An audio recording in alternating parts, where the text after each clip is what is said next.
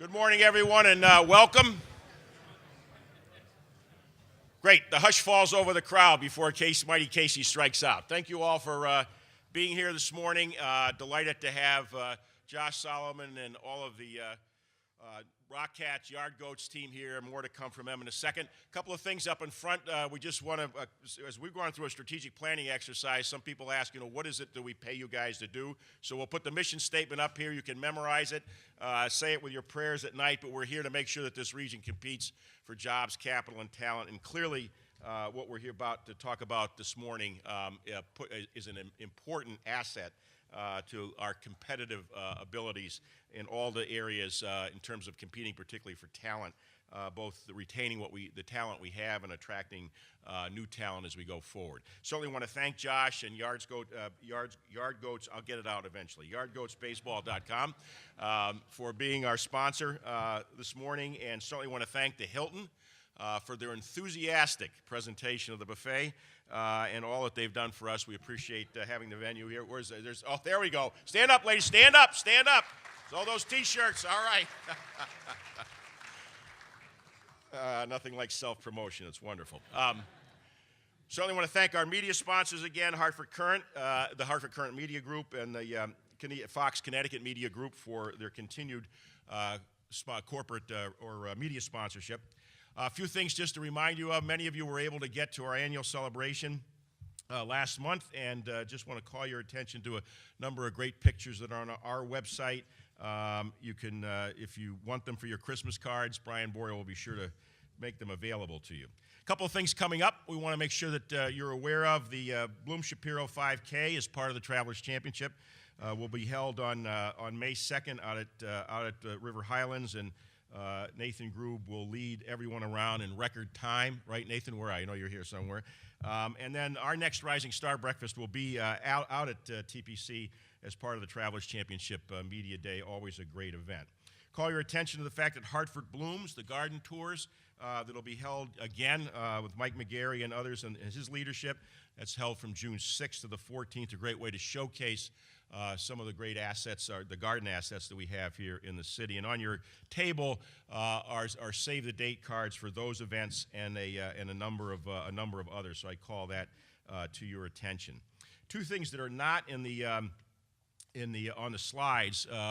We either put in today's daily brief or in tomorrow's a request for help for those who lost their residence up in the North End the other day due to that awful fire up on North Main Street. There'll be a reference to Phillips Metropolitan Church that's located on Main Street that's helping provide temporary shelter, and the request for assistance in clothing, blankets, and money just to help those families out. So want to make sure that if you didn't see it, if it wasn't in the daily brief today, it will be tomorrow. And then I would be remiss, given all the work that we've done in transportation over the last several years, to make sure that you did see the display out and back, and I think there is information at your tables on the I-84 open planning studio that will occur all of next week.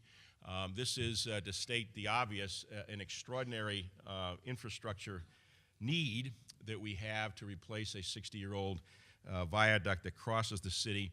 There are 2 or 3 options that are being actively looked at. There are all kinds of issues associated with a construction schedule. There are issues associated with ultimate closures of certain exit ramps.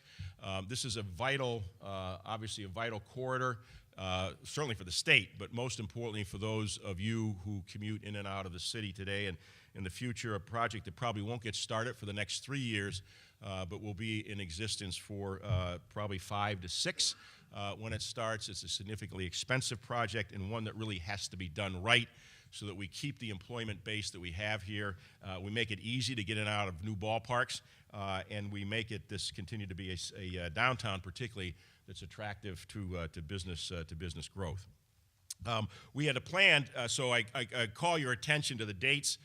Encourage you, your colleagues, to be at the sessions that are there right through Friday of next week. We had anticipated recognizing Joe Marfugi this morning, and unfortunately he's not able to be here this morning due to a last-minute matter.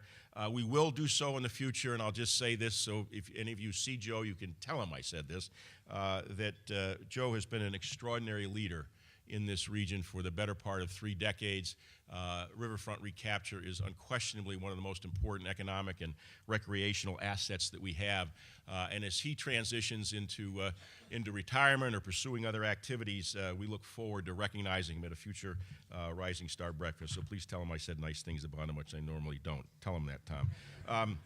So with that, we'll jump into the lineup here and get rolling with a couple of presentations, both by Josh Solomon, who in turn will introduce Mike Abramson. Goal here this morning is to start laying the groundwork, if you will, for 2016. That's not to say that those of you who are Eastern League fans and Rockcats fans aren't highly aware of the fact that the team is off to a great start, great homestand that they just finished, so a lot of good things that are going out in New Britain with the current franchise, obviously the new relationship with the Rockies, which Jeff Dooley, I know, will talk about. He'll be hosting our panel discussion after the presentations by Josh and Mike, just about how that relationship is going along so well.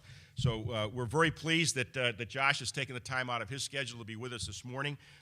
He and Mike will lay out what some of the amenities are, how the private sector can become engaged in supporting this new entity here in the city, and benefit yourselves as well as the community broadly. And you'll hear more again from Josh and Mike and others on this. And it'll be followed by a panel that'll include Rob Dibble. Jeff Dooley will moderate that. I'll introduce that panel after Mike makes his presentation. So again, we're very pleased that Josh Solomon is with us this morning. So please welcome to the podium the team owner of the New Britain Rockcats, soon to become the Hartford Yard Goats, Josh Solomon.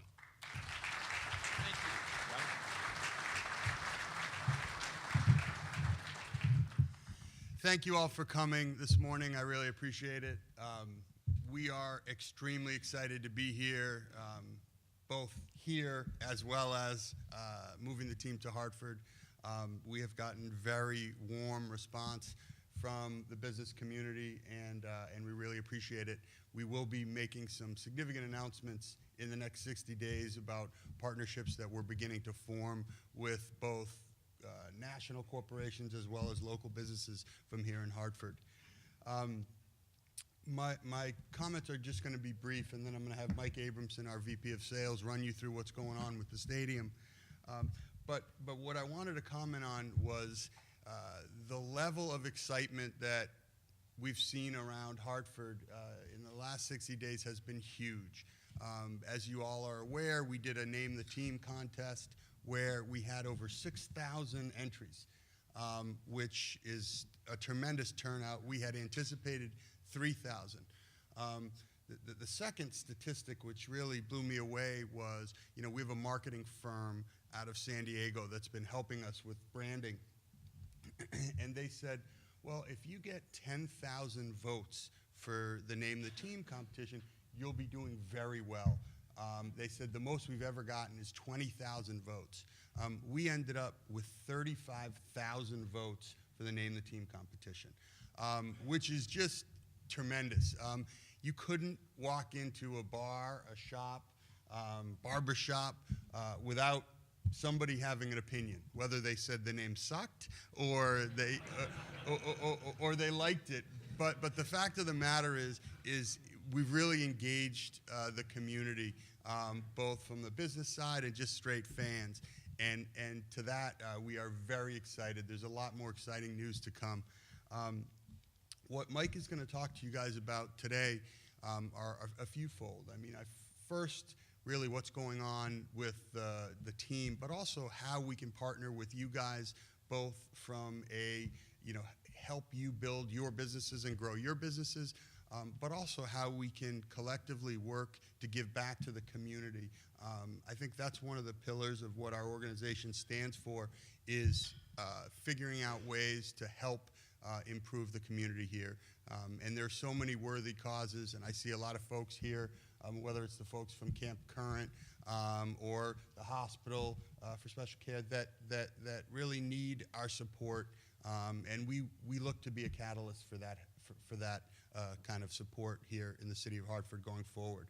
So without further ado, Mike Abramson's going to talk to you a little bit about what's going on this year. Thanks.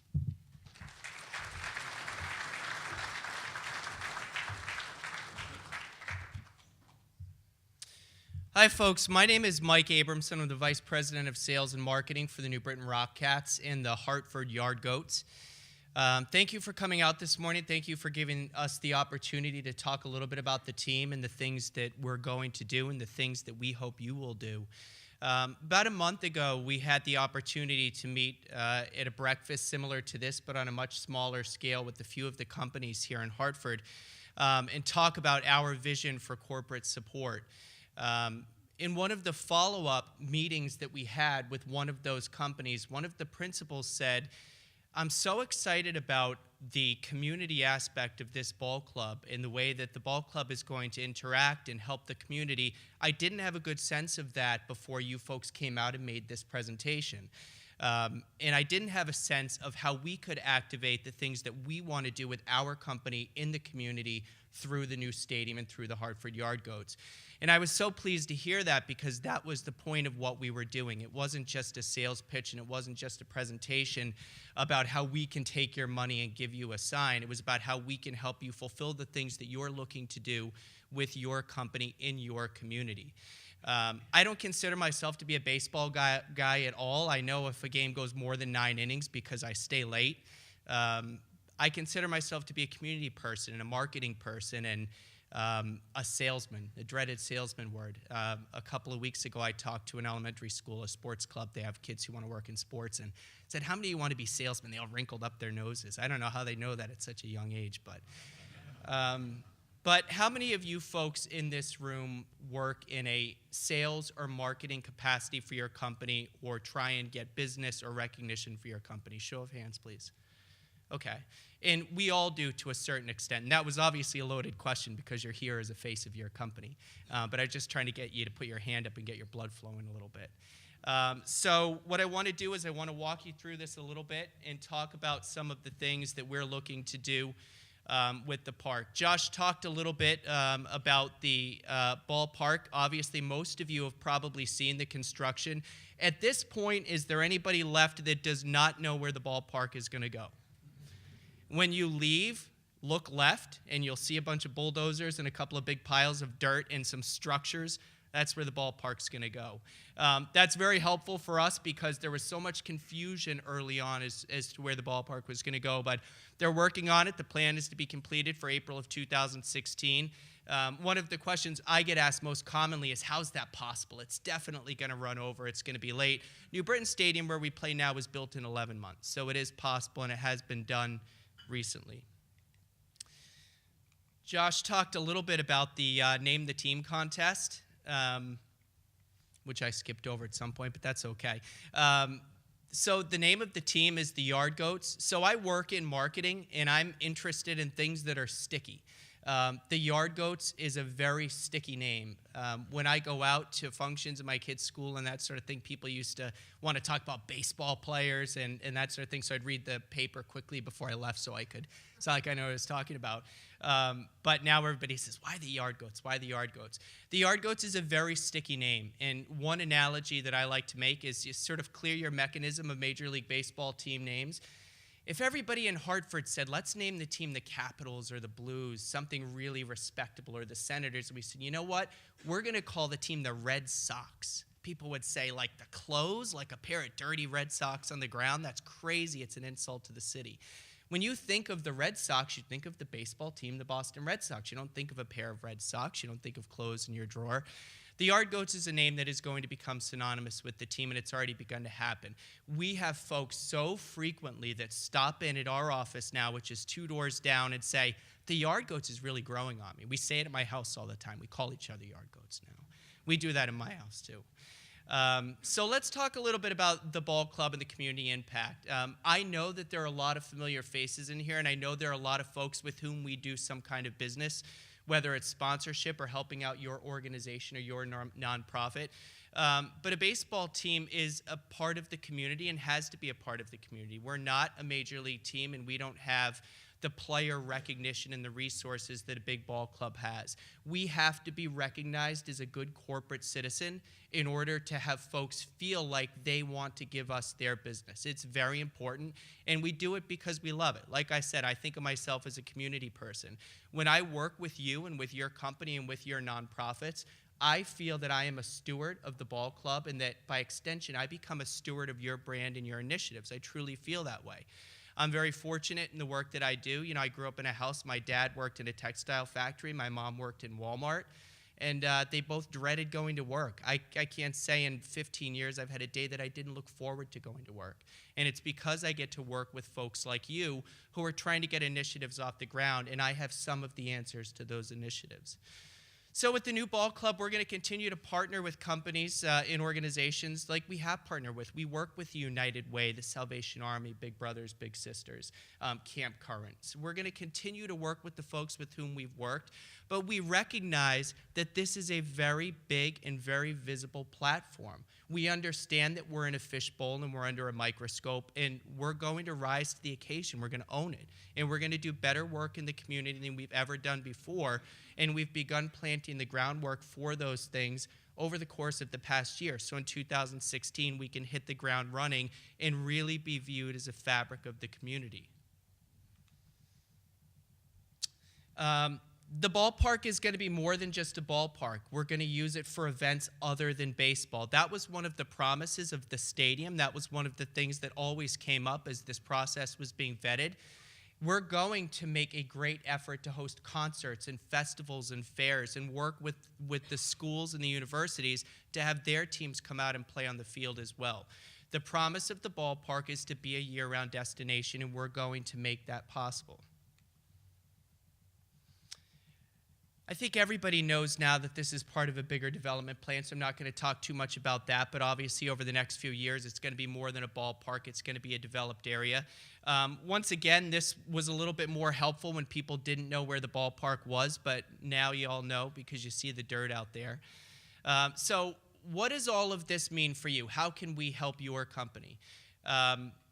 One of the ways we can do that is we can help you promote your brand. What's the first thing you think about when you think about a minor league baseball team or major league baseball team? What's the first piece of inventory that comes to mind? Outfield billboard, right? A baseball stadium is so much more than outfield billboards. One of the things we're really excited about with the new stadium is that we have opportunities that go beyond the billboard. We actually have some pieces of exterior signage on the stadium we're talking with some folks about. So we've rolled out a couple of packages already. As Josh mentioned before, we're going to be making some announcements in the next weeks and months.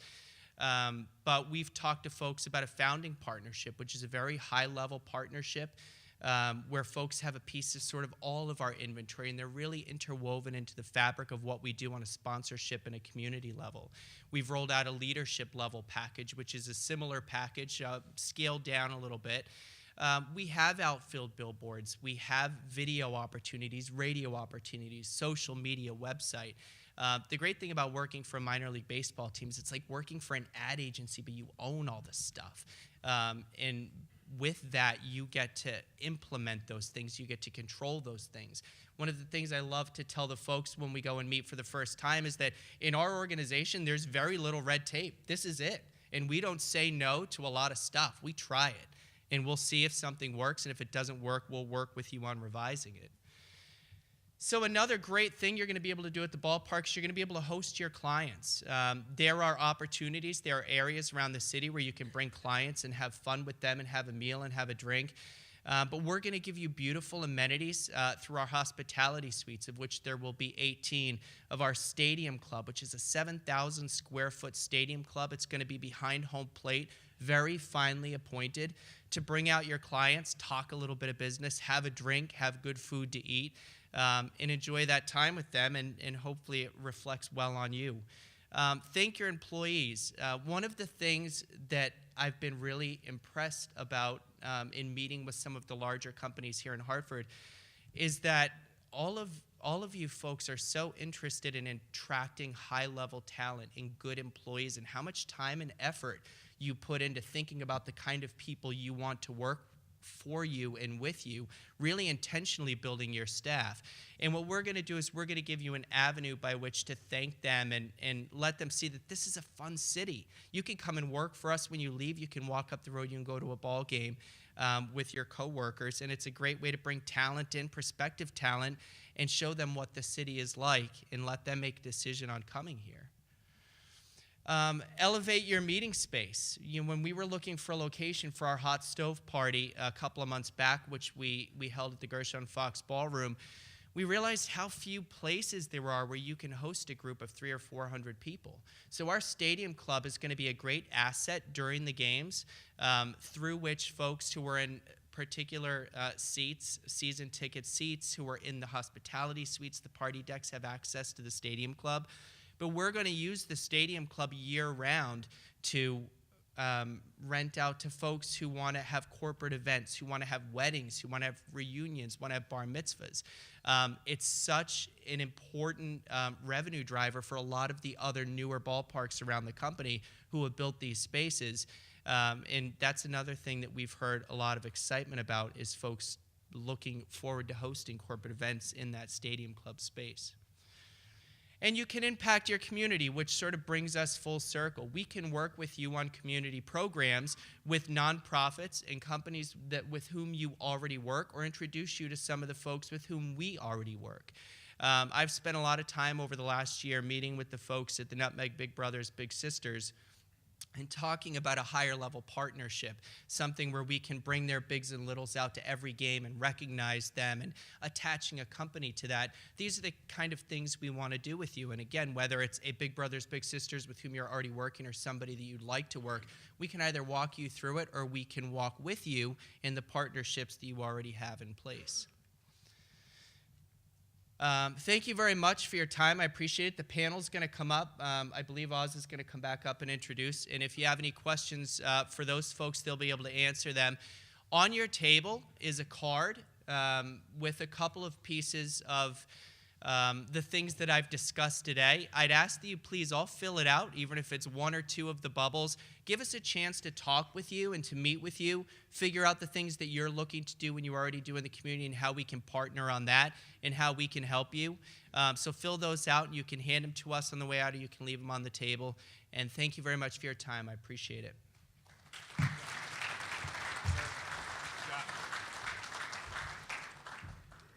Josh and Mike, thank you very much. Just before we bring the panel up here to have a little bit of a broader discussion about the ball club and baseball generally, as the 15th season is now well underway, I just want to really don't go back to the slide, but the slide we put up at the beginning of this about what you're all paying us to do to see that this region competes for jobs, for capital, and talent. And I think all the things that Josh and Mike mentioned about how this can be important for the community, how it can be important for education. The point I just want to underscore to all of you is how important we believe this kind of an asset is to the long-term economic viability, not just of the city, but of the region. If you step back 15 years ago and look at what was downtown, what wasn't downtown, and what is now downtown, making the city a more attractive place for not only people to put businesses here, but around the region overall. One of our 5 strategies is to see that the city is the dynamic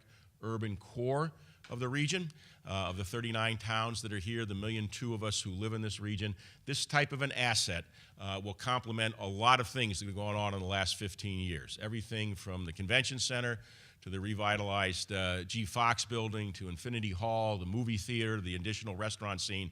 This is the kind of thing that we really believe will go a long way to demonstrating to people of all ages, but particularly to younger people who may live in the city, who may live here, that this is a city that provides a broad range of entertainment, arts, and cultural amenities. So please do take a look at this. As Mike said, if you can give them some information that over the next several months, if they have the opportunity to sit and talk to you, regardless of the size of your company or your firm, that would be great.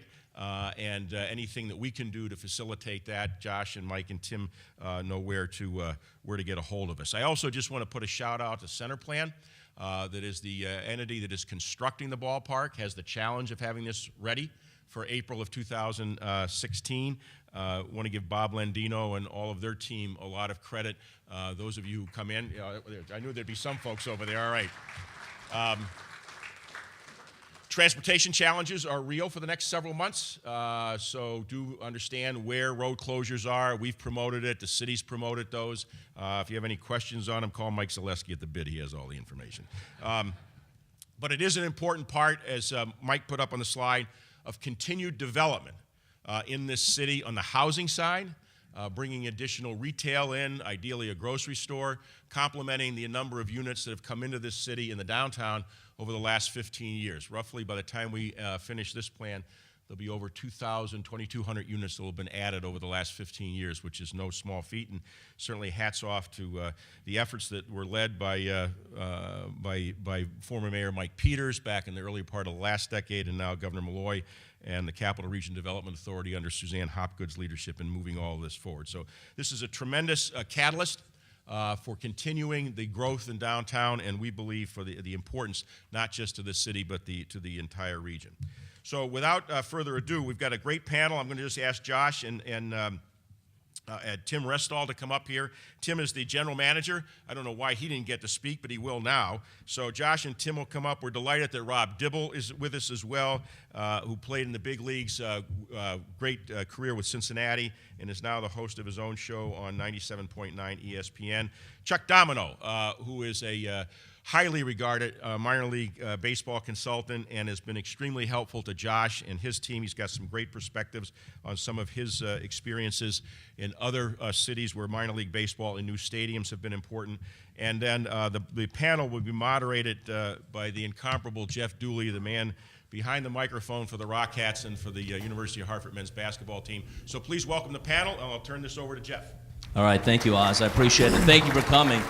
I know I do speak on behalf of our ball club, and the coaches and players were thrilled to be coming to Hartford in 2016. The guys are really excited about playing in what will be the top facility in minor league baseball. So we certainly are excited about that. And we thank everyone for being here this morning. And Rob, I'll begin with you. A terrific story, kind of a local boy makes good story. And I know you're celebrating the World Series championship with the Cincinnati Reds this year. But you're a great person to have. I know you're thrilled about and excited about the ballpark. And you played in the minor leagues before you went to the majors. And while you played in the minor leagues, how important was it for community support to you and your teammates? It was huge. I mean, anywhere I played in the minor leagues, from Cedar Rapids, Iowa, to Tampa, Florida, to Burlington, Vermont. I played in Denver, Colorado, Eugene, Oregon. Without the local support and the family kind of security blanket, let me just take you to Cedar Rapids. It was my second year in professional baseball, and you're thrust into this community. I'm from Connecticut. I know nothing about Iowa. And the local families take you in, and they treat you like you're one of their own. And without that, a lot of us wouldn't have survived. And it's not just the talent. You know, I was 19 years old when I started in the minor leagues. That was when I was 20, and I went 1 year to college. So for me, it was a question of I still wanted to be in Connecticut with my family. I still wanted to be around my family, and these people were like surrogate families to us. And it made us easier to dream and hope of playing in the major leagues. But while we were at a stepping stone point, you always felt comfortable coming back home. You know, we would go all over Peoria, Springfield, Des Moines, all over the place. And then you'd come back to Cedar Rapids, and, they had great things like quarter beer night. And I know you can't do that now because of the finances, but there would be 7,500 people at that game. And it lifted you up spiritually and emotionally. And when you had a bad night, it didn't matter. They still loved you. When you had great nights, they didn't want to lose you because you were part of that family. I know a lot of my teammates married girls from the local communities and things like that. And, you were playing with guys I was playing with guys Dominican Republic, Venezuela, Puerto Rico that didn't even speak English. And these people would welcome them into their homes. So if you don't have the support of the community, a lot of these guys would fail and never recognize their dream of playing in the big leagues. Rob, what kind of impact will this new ballpark in Hartford have in this community? Oh, it's huge. I mean, I was just at an event last night with Gino Auriemma, and he was speaking, and he talked about coming to Storrs, Connecticut years ago. And for people in this community, this isn't Texas or Florida or California.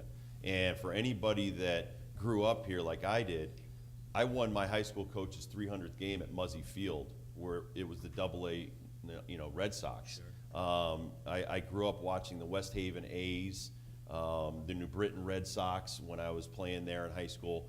And that made you see that there was something greater than just the high school or college level. There was something else out there for you to shoot for. And I think building a stadium like this, the first time I really felt like I had a shot at the major leagues was in 1986. I was called up to Denver, and we played at Mile High Stadium. And the first day I was there was 200 people in the stadium, which seats 75,000. The next day was the 4th of July. There was 76,000 people there. And it blew my mind. I got in the game, I pitched, and I was like, this is the only place that I want to play, which the major league level. I want to play in front of this many people. So to build a stadium like that, it reminds me of like going down to the minor leagues in the mid-90s to Birmingham. And they built this gorgeous place, the Birmingham Barons played, where Michael Jordan played. Sure. And it was better than the stadium I played in Milwaukee. So it was better than a major league ballpark. And so for a young kid that's coming through here to play in a stadium like that, and for people in this community to go there, you don't have to go to Boston. You don't have to go to New York. You can go right to downtown Hartford and see future major leaguers and maybe even some major leaguers that are on rehabilitation and have that professional baseball feel. And it's something that I think that the community has needed for many, many years. I mean, when I played at Muzzy Field, it was broken down. It was old. I remember pitching in War Memorial Park in Buffalo. I was actually the last one to play there, and they shut it down. That's where O.J. Simpson played football with the Buffalo Bills. So a lot of minor league facilities were 100 years old. They weren't beautiful. This is going to be state of the art. This is probably going to be better than a lot of major league ballparks that I played in the 80s and the 90s. So I'm very proud to be a part of that community and be a part of this new stadium. Chuck, you've been through this process of opening a ballpark and introducing a team to its community several times. How has the process with the Yard Goats been the same, and how has it been different, Chuck? Well, first of all, let me start by saying it. I've been in this league since 1987, and when I was named the general manager of the Reading Phillies in 1987, I took Joe Bouzis' office. And I don't know how many people in this room remember Joe Bouzis, the former owner of the New Britain Red Sox at the time. And I remember at that time, and he was trying to move to Hartford many, many years ago, and he had a couple false starts. And we came to New Britain several times for all-star games or league meetings, and and everybody in the league couldn't figure out why Hartford wasn't the market where there was a team. So it's great that there's a team that finally coming to Hartford. I think it's a long time overdue. There's a lot of similarities and a lot of differences in the more recent ballparks that I've been involved in. In Lehigh Valley, for instance, and in Richmond, where we did a major renovation, we went through the same process where we went in and did the Name the Team contest. And I told Josh before this happened that you have to have thick skin, because when you do the Name the Team contest, if you get, in this case, 6,000 names, and you have to pick one name, you automatically 5,999 people are upset with you. And you're gonna get beat up in the social media. You're gonna get beat up in the papers. You just have to, have a thick skin and stay the course. And I really believe that we chose the right name for this market for all the reasons that Mike alluded to earlier.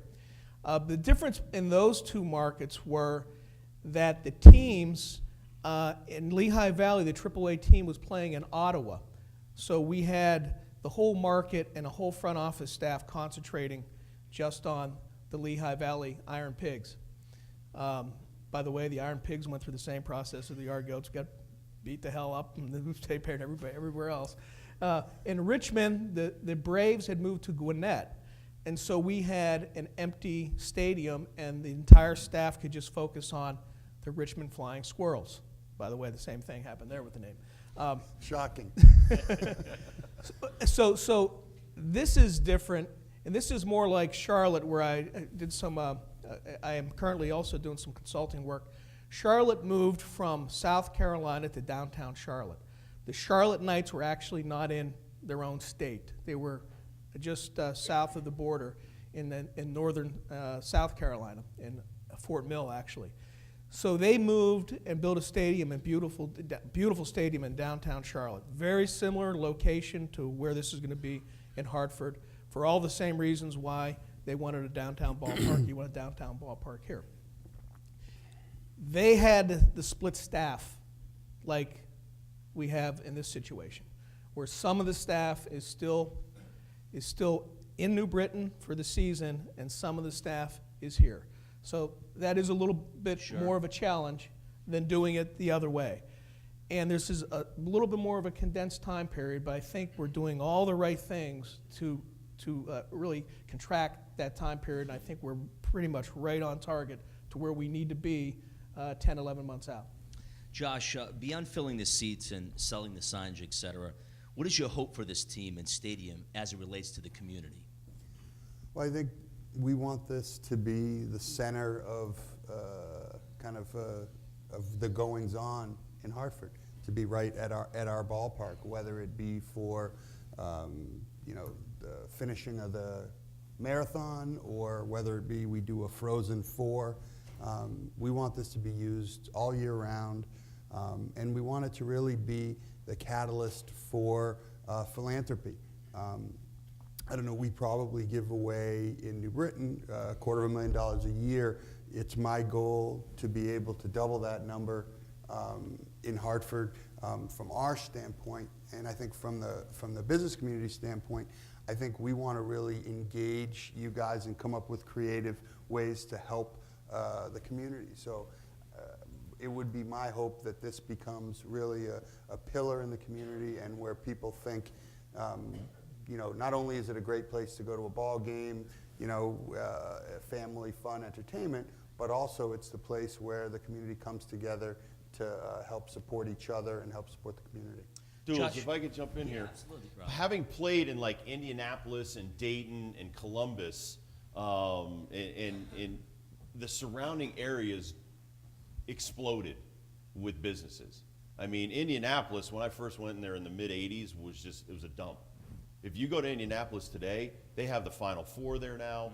Mm-hmm. They have the Indianapolis Colts. It is a huge, prosperous community. So you're going to build the stadium, but everything's going to prosper around it. And it's the same thing. Dayton was a hole when I played with the Reds. Now you've got the Dayton baseball team there, and a beautiful stadium. It's around the surrounding areas is huge. Columbus was the AAA affiliate of the Yankees, and when we would go in there, you wouldn't believe how many businesses were open and hotels that all of a sudden, you're going to have hotels and things like that are going to be built around here. So, to me, it's not just the stadium, it's the whole community that's going to be invested in this team. And Chuck, I was reading, you may be able to shed some more light on this. I was reading in Charlotte how 2 of the restaurants had to add staff because of the ballpark now, and more people are going downtown and staying more so on the weekends now because the team's there. The transformation in Charlotte's been incredible. Just even since they broke ground on the stadium, they've already built 2 high-rise residential units, with hundreds of units that are right next to the stadium. You can look down into the stadium. That a large park has been built right next to it. It's you can't believe it's the same acreage that was there 3-4 years ago. Tim, now that you have an office down on Trumbull Street, and you have for over a month, are people stopping in, and if so, what has been the reaction from the downtown and the community? Yeah, so a lot of people have stopped in and said, "What's a yard goat?" And that's been probably the most popular question. When you explain what it is and how it's we're gonna market it with the kids in the community, a lot of people get excited about it. The other question and Mike alluded to it, is that where the ballpark is, because we're offices at 231 Trumbull Street, so we're right next to the XL Center. So we literally pop our head out the door, and you see that crane over there? It's right there. So they can't believe how close it is to downtown, how easy it's going to be to get to it. Sure. And especially when we did some new signage in our front, we have opening in 2016, and a lot of people are really surprised with it. Which we got to take a tour of the site the other day, and the foundation for the video boards going in. They're moving a lot of dirt, so there's a lot of activity over there. Tim, what do you see as the key to filling up the open dates with non-yard goat baseball-related activities? A lot of community programs, from community walks to doing things at the ballpark. Our vision is to bring people to the ballpark besides the 71 games because there's something else to do. So the more opportunities we work with nonprofits, with local schools to have a baseball game, to a charity walk going on the concourse, and things along those lines. That's our goal, is to create more opportunities for fans to come to the ballpark when we don't have yard goat games. Go back to Rob, and Rob, what are some of your fondest memories of playing in the minors? I know guys that have come through and gone on to the big leagues, they always say that it's where they get close to players, and some of their best stories come from the minor leagues when they're on buses sometimes for 9 or 10 hours with their teammates. Well, because you're not getting paid anything. I can recall my first year in 1983, after taxes, I made $442 a month. So it sticks out in my mind. And, I think that to me, my fondest memories were the fans. To this day, and people are worried about the name, the Yard Goats. I played for the Eugene Emeralds, the Tampa Tarpons, the Denver Zephyrs, the Nashville Sounds, and people still recognize me as much as a Cincinnati Red as I saw you at the Eugene Emeralds back in 1983.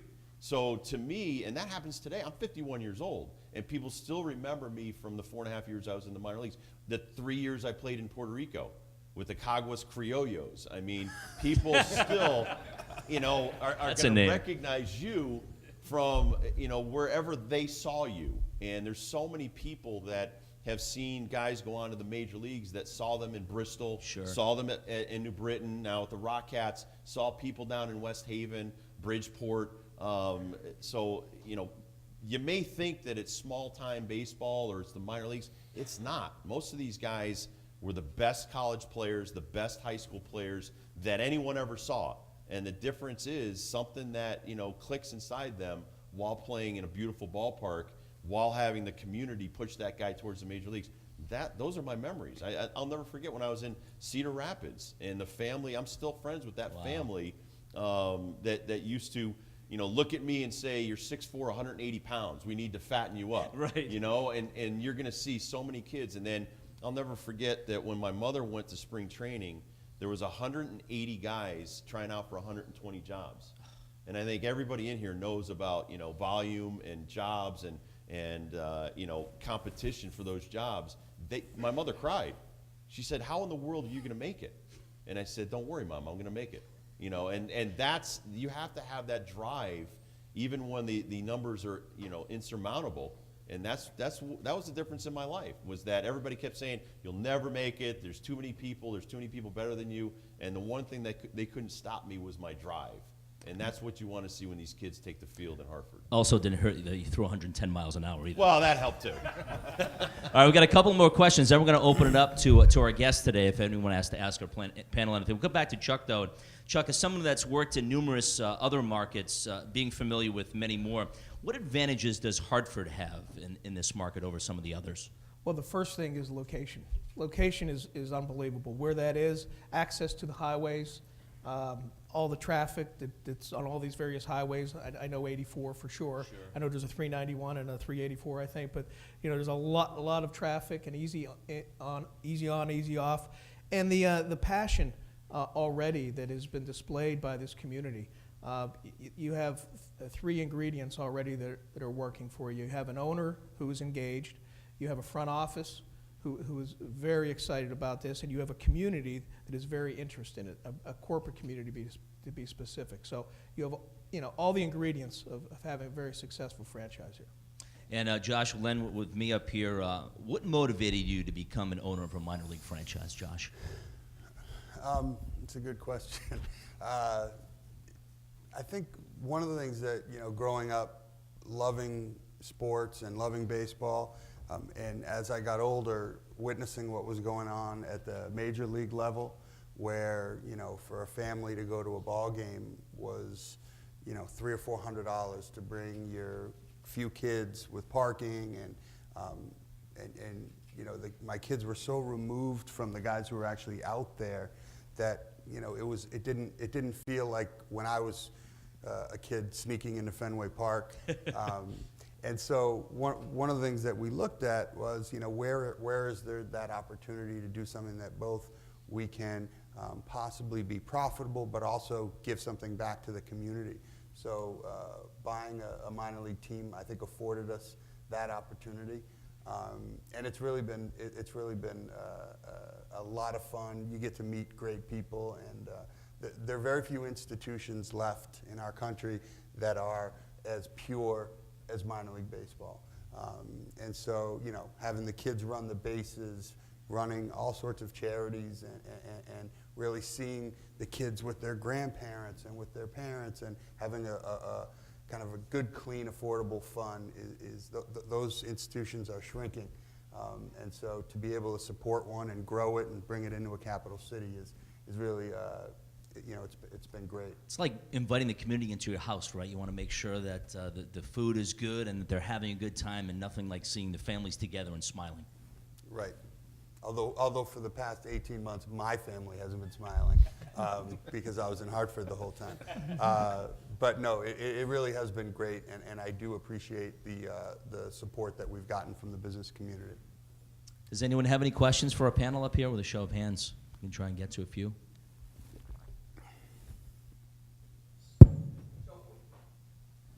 There's been a lot of talk this morning about the impact that the Yard Goats and this baseball franchise will have on the downtown community and the business community. Talk a little bit about the impact on the community to the north of the stadium, the north end of Hartford, and how this might benefit that community. Well, I mean, I think one of the things when we were with the city and talking about site selection, I think, Chuck alluded to the access that was tremendous and the visibility. We have 300,000 cars a day that will drive past the stadium. But when you look at an area that there has been really no development going on for a very long time, the decision to put the ballpark there, a big part of it was that it would provide a spark that other developers would come and recognize that there's a great opportunity to build businesses here, whether it's building multifamily units or retail, because of the great access, because of how close it is from a walking standpoint to all of the folks who work downtown. And that we really think that this is going to be the first step in a multi-phase process where that entire area gets revitalized and redeveloped. So we think that the fact that the ballpark is going up in the north side of town is really going to be a catalyst for growth in that whole overall area. Do you have another question? Yes, in the back. How were the Rockies chosen as your affiliate? I'm just kind of curious of being all the way over in that part of the country. Tim, you want to take that one? Yeah, so with the Rockies, they obviously, the players that come through the Rockcats and Yard Goats are Rockies' future major league players, so they're about development. In the Eastern League, we have, there's 12 teams, and the Rockies look at it where they get to play the Red Sox, the Yankees, the Orioles, the Giants, the Mets. It's a very competitive league, so they like this league. We like the Rockies because their community program. It was very important for us that we have players that want to go out in the community, visit with hospital, do clinics, and that give back to the community. So they have, the Rockies at the major league level have a great community program, and that was one of the things that was very interested in when we were looking at them. Let me just add one quick thing to that. I'm involved with the Richmond Club too, and we're the San Francisco Giants in Richmond, Virginia. And everybody says, well, why would the Giants want to be in Richmond? They do it for, major league teams make these decisions for all different kind of reasons. They like the Eastern League primarily because, believe it or not, even Richmond being the furthest southern team in the league, the travel is still better than some of the alternative AA leagues. The Texas League is really spread out. Texas itself, just the state, is spread out. And not every team is in Texas, in the Texas League. And they love the facilities. There are better baseball facilities in the Eastern League than the other AA leagues. And this venue here is just going to add to that.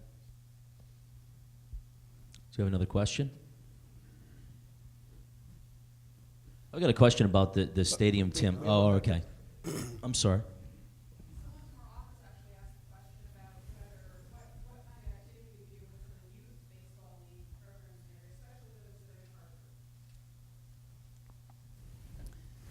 So I believe we have people on our staff that work with the Major League Baseball program, which is the RBI program in Hartford.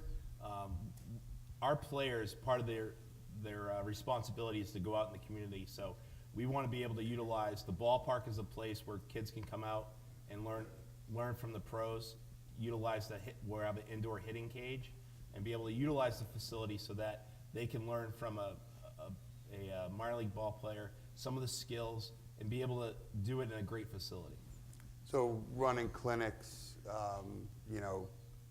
that will do a number of both in season and out of the season, as well as, we're talking to a few different programs where maybe we will have the All-Star game, or we're going to talk about having the high school state championships, those kind of things. We want it to be utilized by the community and not just the professional ball players. I'm the president of Baseball Town Charities in Reading, Pennsylvania, and we started that in 1999, a 501c3.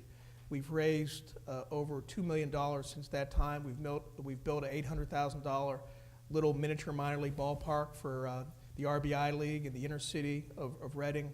We've renovated several fields. We do all the things that Josh alluded to at the stadium. In Richmond, we are renovating Operation Dugout. We are renovating right now all the dugouts in the city through our fundraising efforts. So it takes time to develop these things. We started that in 1999, but I foresee this team being integrated in the community in that manner as well. Do we have any other questions? Yes. Wait for a mic, or just go ahead. We can hear you. Go ahead. So I spent about 10 years in Major League Baseball, front office with the Braves and the Yankees. And when we would create a new ballpark, particularly with the Braves, Richmond, in Gwinnett, new Yankee Stadium, we'd look at, what have we done well in the past, and also look at this opportunity to kind of reset and do some things differently. What are some things that you do well now and some things that you want to do even better with the new ballpark? It's a great question. I think, and you're absolutely right, and what we did, Rob, was we went around when we were going through the approval process with the city of Hartford. We went and visited the best new ballparks and got to pick some of those things that we thought were best practices. So whether it be, we got to see where some ballparks had these field level boxes where you're actually going to be able to sit and be closer to home plate than the pitcher. Great, interesting way for fans to get a new experience. So one of the things that we are doing differently here than in New Britain is we want a group or a fan to be able to come to the ballpark 10 different times and have a different experience by sitting in a different area. So you may one time sit on the bar next to, that we'll have at Reggae and Right, where you'll be able to eat a beef patty and have a red stripe. The next day, you might want to sit in one of the, you may sit up in one of the suites up above. You may sit in a field box. You also may sit right over the bullpens. So you're going to be able to reach out and touch the pitcher warming up if you don't like what you see. The other thing that we're going to do that we've tried to do in New Britain, but it's been a little bit of a challenge, is to get local merchants to be able to offer their wares there. So whether it be Scott's Beef Patty or Bear's Barbecue, and figure out a way to bring them into the ballpark. So we're actually going to have a huge commercial smoker that'll be smoking, briskets and pork during the games. The other thing that we're going to do that we saw as a best practice is to create this 7,000 square foot suite that people will be able to utilize all year round. I think we all go to a whole host of functions, and this is a lovely facility, but there's something about having a party at a ballpark that's pretty unique. If anybody's had the opportunity to do it at Fenway or go to those venues, it is a spectacular way to have a party and to celebrate. So those are just a few of the things that we're going to do that are a little bit different than what we've done in the past. As being in the major leagues for as long as you were, I'm sure you've recognized through the years that Major League Baseball is actually emulating minor league baseball more than the other way around, creating neighborhoods in their new ballparks, making their ballparks more intimate, the newer ballparks, building them at 42,000 instead of the riverfronts and the three river stadiums. I grew up in Pittsburgh and had that big monolithic stadium. And if you remember, there was no outfield advertising on the outfield walls of major league ballparks. That, for whatever reason, they thought that was sacrilegious. So now you see it all over the place. So when you see major league ballparks now, they really are giant minor league ballparks, rather than the minor league ballparks being miniature major league ballparks from years past. And to mirror what you're saying, Nolan Ryan's son, who used to run a couple of their minor league ballparks or ball teams that they owned, he is now the president of the Houston Astros. So he's gone from being, a young kid that was running his dad's minor league franchises to now running a major league ball club. Yeah, Reed Ryan's been very successful. And by the way, I missed you in Eugene by 1 year. I was the assistant GM in 1984. I didn't realize you were there in 1983. You must have behaved, because I didn't hear any bad stories about I you. played against your Reading Phillies, though, in the Eastern League. So. Do we have any other questions for the panel? All right. Well, I'd like to thank everyone for coming. Here's Oz. Close off, Jeff. You were good enough to moderate. Your perspective. You've been at this for a long time. Share your thoughts on what this means. I think this is great. I've been saying all along that I'm just so thrilled that I get an opportunity to travel and I get to see some great ballparks around the Eastern League. And I've always said our fans deserve to sit and watch this brand of terrific baseball in a state-of-the-art facility, and that's going to happen now. So I can't wait. I'm counting the days. Like I said, I know the Rockies organization, the coaches and players are thrilled, and it's really going to be the game changer in this region. It really is, and it's going to be ours. Thank you very much. A warm hand to the panel for being here.